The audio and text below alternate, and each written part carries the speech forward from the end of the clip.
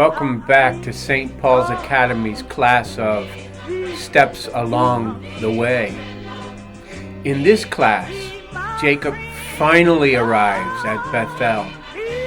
And basically, that is the conclusion of the Jacob cycle. For today, we will ease into the final cycle of the patriarchs, the Joseph cycle. We begin with God helping Jacob to escape intact from Shechem.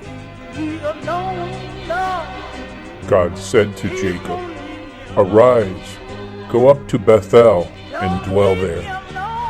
Build an altar to the God who appeared to you when you fled from your brother Esau." So Jacob said to his household and to all who were with him, "Put away the foreign gods that are among you. Purify yourselves and change your garments. Then let us arise and go up to Bethel, so that I may build an altar to the God who answered me in the day of my distress, and has been with me wherever I have gone." So they gave to Jacob all the foreign gods that they had, and the rings that were in their ears. And Jacob hid them under the oak which was near Shechem. You see, as we suspected, Jacob had not been so very faithful to the Lord. For now we discover that his household had foreign gods in their midst, and he had done nothing about it. Could these have been the foreign gods which Rachel had stolen and hid from her father Laban? We never did hear any conclusion about that.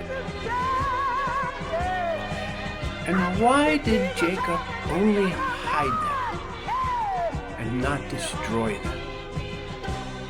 Was he planning to recover them at a later date? Notice also Jacob's directive to change your garments. It is only proper that one should approach the Lord in clean garments. Thus it makes sense that when we are going to enter the Lord's house, we put on our very best clothing out of respect for the Lord. That also brings to mind the garment in which the newly baptized is vested, accompanied by the word of the Lord from Ephesians chapter 6, verse 11. Put on the righteousness of Jesus Christ, so that you may stand fast against all evil. Also, we hear reflections of Ephesians chapter 4, verse 22. Put off your old nature, which belongs to your former manner of life, and is corrupt through deceitful lusts, and be renewed in the spirit of your minds. Put on the new nature, created after the likeness of God in true righteousness and holiness. Therefore also we hear Jesus' parable of the wedding feast in St. Matthew chapter 22, in which a man is found to be present at the wedding feast without a proper garment and is cast out. The proper garment cannot be holy baptism, for no one would be allowed into the wedding without baptism. Instead, the proper garment would be the Lord's way of life, as we learn from Colossians chapter 3, verse 12.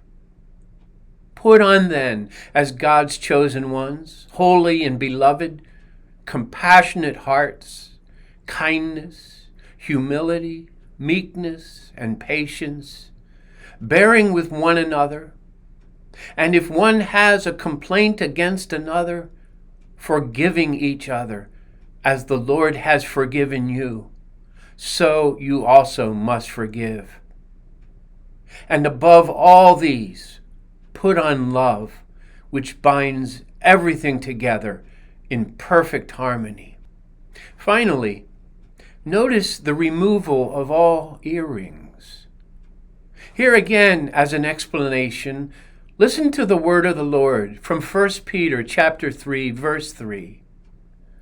Do not let your adorning be external, the braiding of hair and the putting on of gold jewelry, or the clothing you wear, but let your adorning be the hidden person of the heart with the imperishable beauty of a gentle and quiet spirit, which in God's sight is very precious.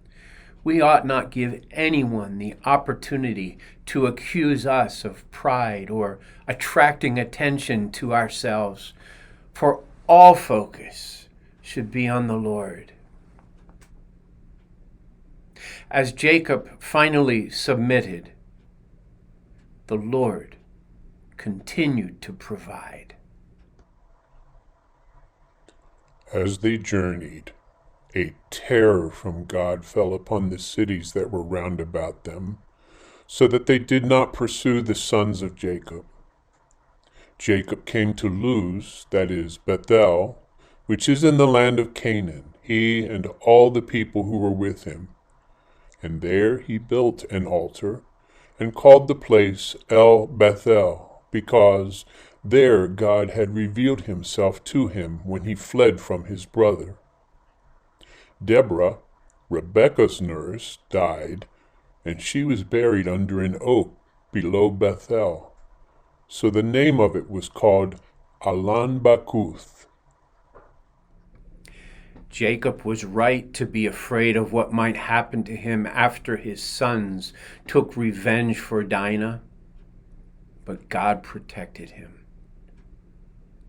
Also, the name of Rebekah suddenly appears. Don't be confused. Remember that Rebekah was Jacob's mother, who had sent him away to protect him from Esau. This news of the death of her nurse, Deborah, is quite obscure, with biblical scholars presenting several possibilities, none being more convincing than another. One observation which makes some sense is that when Rebekah sent Jacob away to protect him from Esau, she said, "Now therefore, my son, obey my voice. Arise, flee to Laban my brother in Haran, and stay with him a while, until your brother's fury turns away, until your brother's anger turns away from you, and he forgets what you have done to him. Then I will send and bring you from there." Perhaps Rebekah had sent Deborah to finally bring Jacob home, and she, Deborah, had stayed with Jacob on his travels back to Bethel. No matter how she came to be with Jacob, clearly there was much love, honor, and heartache over her death, since the oak under which she was buried became known as Alan Bakuth, in other words, Oak of Weeping. God appeared to Jacob again when he came from Padan Aram and blessed him. God said to him, "Your name is Jacob. No longer shall your name be called Jacob, but Israel shall be your name." So his name was called Israel. God said to him, "I am El Shaddai, God Almighty. Be fruitful and multiply. A nation and a company of nations shall come from you, and kings shall spring forth from you. The land which I gave to Abraham and Isaac, I will give to you, and I will give the land to your descendants after you." Then God departed from him. Jacob set up a pillar in the place where he had spoken with him, a pillar of stone. He poured out a drink offering on it and poured oil on it. So Jacob called the name of the place where God had spoken with him, Bethel. Notice that Jacob's name being changed to Israel is reiterated.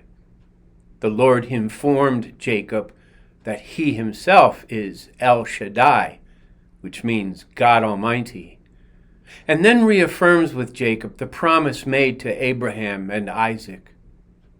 The name of the place, Bethel, means house of God. Now we arrive at another heartache for Jacob. First, it was Deborah. Then they journeyed from Bethel. When they were still some distance from Ephrath, Rachel went into labor and had a hard labor. When her labor was most intense, the midwife said to her, "Fear not, for now you have another son." As she was at the point of death, with her last breath, she called his name Benoni. But his father called his name Benjamin. So Rachel died, and she was buried on the way to Ephrath, that is, Bethlehem. Jacob set up a pillar upon her grave. It is the pillar of Rachel's tomb, which is there to this day. There is the definition of bittersweet. Jacob lost his beloved Rachel, but gained a son. Rachel wanted to name the babe Benoni, meaning son of affliction, but Jacob named him Benjamin, meaning son of the right hand, meaning a son who is his father's help and support. That also helps us understand the creed in which we confess that Jesus ascended to the right hand of the Father. Verse 20 witnesses to us the evidence of Rachel's tomb. Would that her tomb would still be there to this day. Also notice the vacillation between Jacob in verses 14, 15, and 20 and Israel in verse 21. Apparently it took quite a while to become accustomed to this new name. Israel journeyed on and pitched his tent beyond the tower of Ader. While Israel dwelt in that land, Reuben went and lay with Bilhah, his father's concubine, and Israel heard of it. Mention of the Tower of Ader orients the story in the vicinity of Bethlehem. Just like the seeming intrusion of Deborah's death in verse 8, this verse, 22, seems so very out of place. Reuben was Jacob's firstborn by Leah. Bilhah was Rachel's maid. But I have to be honest with you. I don't know what to make of this. Neither, it seems, do any biblical scholars. Looking further, Reuben was a model son. He would eventually look out for Joseph's welfare and save his life. Ultimately, he was even blessed by Jacob. There are just some things about Holy Scripture that we don't know nor understand. Now the sons of Jacob were 12. The sons of Leah, Reuben, Jacob's firstborn, Simeon, Levi, Judah, Issachar, and Zebulun. The sons of Rachel, Joseph and Benjamin. The sons of Bilhah, Rachel's maid, Dan and Naphtali. The sons of Zilpah, Leah's maid, Gad and Asher. These were the sons of Jacob who were born to him in Paddan Aram. Jacob came to his father Isaac at Mamre, or Kiriath Arba, that is, Hebron, where Abraham and Isaac had sojourned.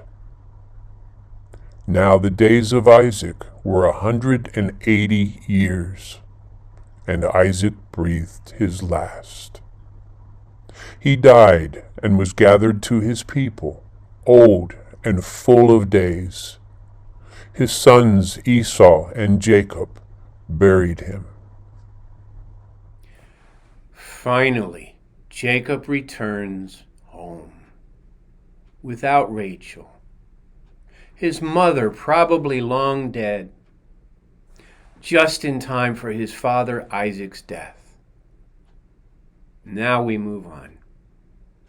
Chapter 6 is nothing more than the descendants of Esau, and whereas it might seem pointless to read it, it is still the word of the Lord. So let's quickly wade through it. These are the descendants of Esau, that is, Edom. Esau took his wives from the Canaanites, Adah, the daughter of Elon the Hittite, Oholibamah, the daughter of Anah, the son of Zibeon the Hivite, and Basemath, Ishmael's daughter, the sister of Nebaioth. Adah bore to Esau Eliphaz, Basemath bore Ruel, and Oholibamah bore Yeush, Yalam, and Korah. These are the sons of Esau who were born to him in the land of Canaan. Then Esau took his wives, his sons, his daughters, and all the members of his household, his cattle, all his beasts, and all his property which he had acquired in the land of Canaan. He went into a land away from his brother Jacob, for their possessions were too great for them to dwell together. The land of their sojournings could not support them because of their cattle. So Esau dwelt in the hill country of Seir. Esau is Edom. These are the descendants of Esau, the father of the Edomites in the hill country of Seir. These are the names of Esau's sons: Eliphaz, the son of Adah, the wife of Esau; Ruel, the son of Basemath, the wife of Esau. The sons of Eliphaz were Taman, Omar, Zepho, Gatam, and Kenaz. Timnah was a concubine of Eliphaz, Esau's son. She bore Amalek to Eliphaz. These are the sons of Adah, Esau's wife. These are the sons of Ruel: Nahath, Zerah, Shammah, and Mizah. These are the sons of Basemath, Esau's wife. These are the sons of Oholibamah, the daughter of Anah, the son of Zibeon, Esau's wife. She bore to Esau Jeush, Jalam, and Korah. These are the clans of the sons of Esau: the sons of Eliphaz, the firstborn of Esau, the chiefs Taman, Omar, Zepho, Kenaz, Gatam, and Amalek. These are the chiefs of Eliphaz in the land of Edom. They are the sons of Adah. These are the sons of Ruel, Esau's son, the chiefs Nahath, Zerah, Shammah, and Mizah. These are the chiefs of Ruel in the land of Edom. They are the sons of Basemath, Esau's wife. These are the sons of Oholibamah, Esau's wife, the chiefs Jeush, Jalam, and Korah. These are the chiefs born of Oholibamah, the daughter of Anah, Esau's wife. These are the sons of Esau, that is Edom, and these are their chiefs. These are the sons of Seir the Horite, the inhabitants of the land: Lotan, Shobal, Zibeon, Anah, Dishon, Ezer, and Dishan. These are the chiefs of the Horites, the sons of Seir in the land of Edom. The sons of Lotan were Hori and Haman. Lotan's sister was Timnah. These are the sons of Shobal: Alvan, Manahath, Ebal, Shepho, and Onam. These are the sons of Zibeon: Ahah and Anah. He is the Anna who found the hot springs in the wilderness as he pastured the asses of Zibeon his father. These are the children of Anah, Dishan and Oholibamah, the daughter of Anah. These are the sons of Dishan, Hemdan, Eshban, Ithran, and Cheran. These are the sons of Azar, Bilhan, Zaavan, and Akan. These are the sons of Dishan, Uz and Aran. These are the chiefs of the Horites, the chiefs Lotan, Shabal, Zibeon, Anah, Dishan, Ezer, and Dishan. These are the chiefs of the Horites according to their clans in the land of Seir. These are the kings who reigned in the land of Edom before any king reigned over the Israelites. Bela, the son of Beor, reigned in Edom, the name of his city being Dinahaba. Bela died, and Jobab, the son of Zerah of Bozrah, reigned in his stead. Jobab died, and Husham of the land of the Temanites reigned in his stead. Husham died, and Hadad, the son of Bedad, who defeated Midian in the country of Moab, reigned in his stead, the name of his city being Avith. Hadad died, and Samlah of Masrekah reigned in his stead. Samlah died, and Shaul of Rehoboth on the Euphrates reigned in his stead. Shaul died, and Baal-Aran, the son of Achbor, reigned in his stead. Baal-Anan, the son of Achbor, died, and Hadar reigned in his stead, the name of his city being Pau. His wife's name was Mehetabel, the daughter of Matred, daughter of Mezahab. These are the names of the clans of Esau, according to their families and their dwelling places, by their names. The clans Timnah, Alva, Jetheth, Oholibamah, Elah, Pinon, Kenaz, Teman, Mibzar, Magdiel, and Iram. These are the chiefs of Edom, that is, Esau, the father of Edom, according to their dwelling places in the land of their possession. Immediately at the beginning of this chapter, we are informed that Esau continued his waywardness by his marrying into the Canaanites. And then, as you saw, we worked our way through the descendants of Esau to finally conclude with the 11 locales named after Esau's descendants. I suggested at the beginning of this chapter that reading it might seem pointless, but in my own study, I came across this very poignant observation by 17th century theologian Matthew Henry. We may suppose it a trial to the faith of God's Israel to hear of the pomp and power of the kings of Edom while they were bondslaves in Egypt.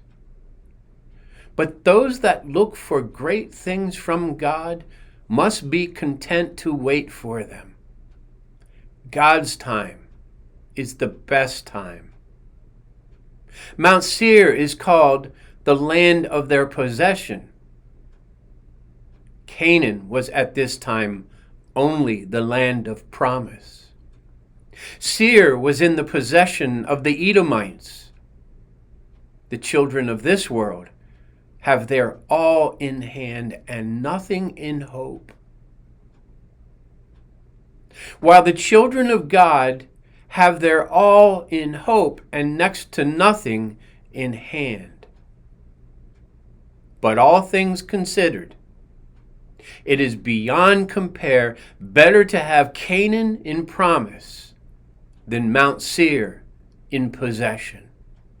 How very insightful, don't you think? And now we move into the Joseph cycle of the patriarchs. Jacob dwelt in the land of his father's sojournings, in the land of Canaan. This is the history of the family of Jacob. Joseph, being 17 years old, was shepherding the flock with his brothers. He was with the sons of Bilhah and Zilpah, his father's wives.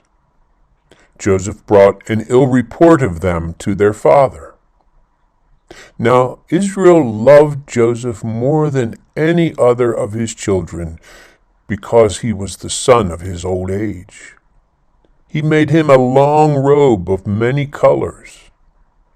But when his brothers saw that their father had affection for him more than all his brothers, they hated him and could not speak peaceably to him. The scene is set. Joseph, a bit of a tattletale. Jacob's love for his youngest, demonstrated by his providing Joseph with a long, ornamented robe, honoring him beyond his years. He wasn't very wise in this obvious favoritism, for it raised not only great jealousy, but also hatred within Joseph's brothers. If hard-pressed, most parents of multiple children would have to admit that they have a favorite child, but that doesn't imply a lack of love for the others. That love, coupled with wisdom, calls for discretion on the part of parents. Speaking of discretion, Joseph had none. Now Joseph had a dream, and when he told it to his brothers, they hated him even more. He said to them, "Hear this dream which I have dreamed. Behold, we were binding sheaves in the field, and my sheaf arose and stood upright. Your sheaves gathered around it and bowed down to my sheaf."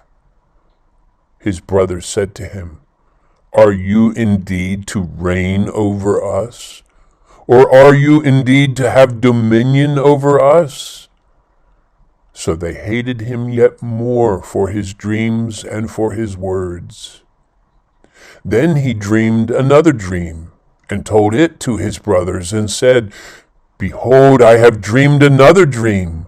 The sun, the moon, and 11 stars were bowing down to me." But when he told it to his father and to his brothers, even his father rebuked him and said to him, "What is this that you have dreamed? Shall I and your mother and your brothers indeed come to bow ourselves to the ground before you?" His brothers were jealous of him, but his father kept the word. Joseph's brothers were not slow on the draw. They understood exactly what his dreams meant. Furthermore, they perceived correctly that the dreams revealed Joseph's own sense of superiority. And for that, they hated him even more. Even Father Jacob was offended, yet he kept the word, meaning he continued to think about what Joseph said. Perhaps Israel had perceived in young Joseph a certain preternatural grace which would ultimately come to fruition, much like another youngest of the brood, his descendant David. The Lord always works ex nihilo, in other words, bringing something out of nothing. Redemption from deplorable circumstances, children from barren women, and leaders from children. The word of the Lord from Isaiah chapter 11, verse 6, "A child shall lead them." Joseph's brothers, however, were not very magnanimous. One day his brothers went to pasture their father's flock near Shechem. Israel said to Joseph, Are not your brothers pasturing the flock at Shechem? Come, I will send you to them. He said to him, Here I am. So Israel said to him, Go now, see if it is well with your brothers in the flock, and bring me word again. So he sent him from the valley of Hebron, and Joseph came to Shechem. A man found him wandering in the fields, and the man asked him, What are you seeking? I am seeking my brothers, he said. Tell me, I pray you, where they are pasturing the flock. The man said, They have gone away, for I heard them say, Let us go to Dothan. So Joseph went after his brothers and found them at Dothan. They saw him afar off, and before he came near to them, they conspired against him to kill him. They said to one another, Here comes this dreamer. Come now, let us kill him and throw him into one of the cisterns. Then we shall say that a wild beast has devoured him, and we shall see what will become of his dreams. It seems that Jacob, Israel, and his family just couldn't leave Shechem in the dust. I guess they weren't too frightened of the surrounding tribes. And Joseph's brothers? They were about to off their little brother when Reuben stepped in. Or was it the Lord working through Reuben? Then they sat down to eat. Looking up, they saw a caravan of Ishmaelites coming from Gilead with their camels bearing gum, balm, and myrrh on their way to Egypt. Then Judah said to his brothers, What profit is it if we slay our brother and conceal his blood? Come, let us sell him to the Ishmaelites. Let not our hand be upon him, for he is our brother, our own flesh. His brothers listened to him. Then Midianite traders passed by. The brothers drew Joseph up and lifted him out of the cistern and sold him to the Ishmaelites for 20 shekels of silver. And they took Joseph to Egypt. So what was it? Ishmaelites or Midianites? And the answer is yes. Different names for the same people, like Amish and Anabaptists, or like Lutherans and Evangelisch. We perceive that Reuben and Judah were two of the more level-headed sons of Israel, at the very least, seeking to avoid bloodshed. Nevertheless, they were still cowardly in not speaking out against the other 9 for what was right. We may often find ourselves in just such situations, especially in this day and age, outnumbered by others who do not possess our beliefs, even by those who are very outspoken and aggressive. Yet we will only be timid if we are worried for our own skin and embarrassed about what we believe. However, consider, if you will, that if it were not for the courage of the many martyrs throughout the centuries and their trust in the Lord's promise that not a hair of your head will perish, we ourselves might not be Christians today. That is what we are called to do. Witness to the love of God in Jesus Christ, especially in the face of evil. And we are called to speak the truth as we have been taught. Dear Father Israel was about to have his heart broken for lack of the truth. When Reuben returned to the cistern and saw that Joseph was not in the cistern, he tore his clothes, turned to his brothers, and said, "The youth is gone, and I, where shall I go?"